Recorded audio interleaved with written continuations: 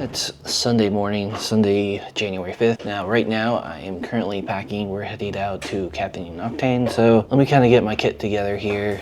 I'm doing something a little bit different. Let me just go ahead and get this packed up.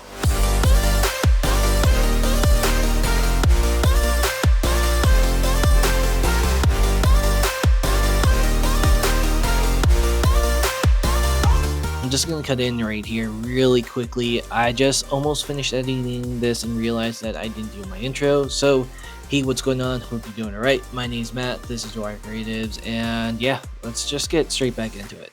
If you've been following my channel for a while, you know that I do a lot of car events, and the first Sunday of every month is Caffeine and Octane. One of my goals for 2025 was to focus on trying out different cameras. Last year, I really focused on the Fujifilm X-105 and then the Fujifilm X-106 once I got it.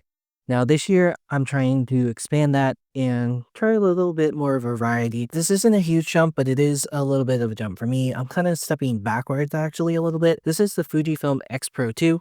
It's actually my wife's, who went to school for photography, so hopefully I can do it justice. One of the reasons I wanted to work with this Fujifilm camera was because it had interchangeable lenses. The one I brought with me to this event was a 10-24, so this is going to be a wide angle lens, which is not always the most ideal for cars, but at events like this where you don't always have that room to kind of move around, this is what I really wanted to bring with me to be able to get those shots. This is going to be the first vehicle that I started taking photos with, so let's see what different shots I get with it. Now I will say, just to preface this, I am going to leave most of these completely unedited so you can kind of see what I get from it. I did try to go in and mess with the recipes a little bit. These recipes don't directly translate because I took the ones I was using for my Fujifilm X-106 and converted them down to the X-Pro2, so there's not really like 100% translation between the two. I also typically use a circular polarizer, and the one I've been using is the everyday filter, so there's also a black mist on there.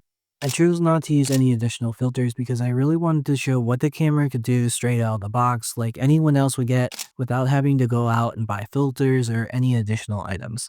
As we continued walking around, I tried to get more used to this camera.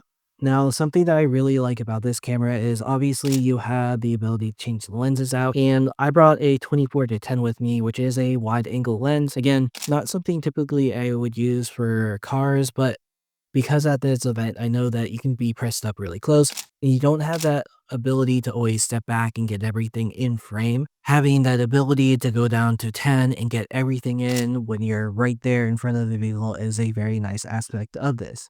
Now, I don't really want to go over the stats too in depth, but I do want to mention that this is a 24.3 megapixel camera. It uses the APS-C X-Trans CMOS 3 sensor.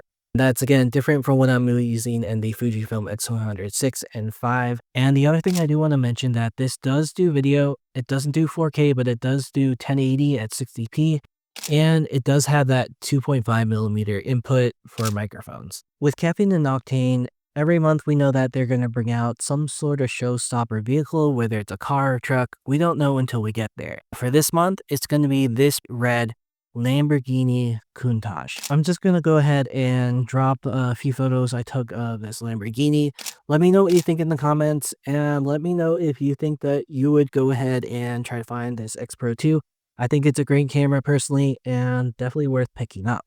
Also, if you would like to see the photos that I took with my Fujifilm X-106 with my short stash Polar Pro CPL black mist filter on it, wait till the end. I'll drop that right at the end of all of this. So there we go. Those are the photos that I took at this event with the Fujifilm X-Pro2. I know they're not perfect and they definitely need some work. This is my first time with this camera actually dedicated going out and purposely shooting with it. Next time I'm definitely going to get better with it. I do think that I want to try a few different lenses, maybe go back to the next event and see how that all works out. Let me know in the comments whether you think that you would want to pick up this Fujifilm X-Pro2. And also let me know if you have any cameras you think I should try out in 2025, whether it's new, old. I wanted to go ahead and try them all out. The other thing I do want to mention is I am planning on 3D printing a few cameras out, seeing how that goes, but those are more going to be film cameras, so if you're into that, make sure that you subscribe, hit that notification bell for the next episode. That's going to wrap up my first video in 2025. Hopefully all of you are doing well. I know there's a lot going on in this country and worldwide right now, so make sure to check on your friends and family if you're able to. As always, thanks for watching, and I'll see you next time.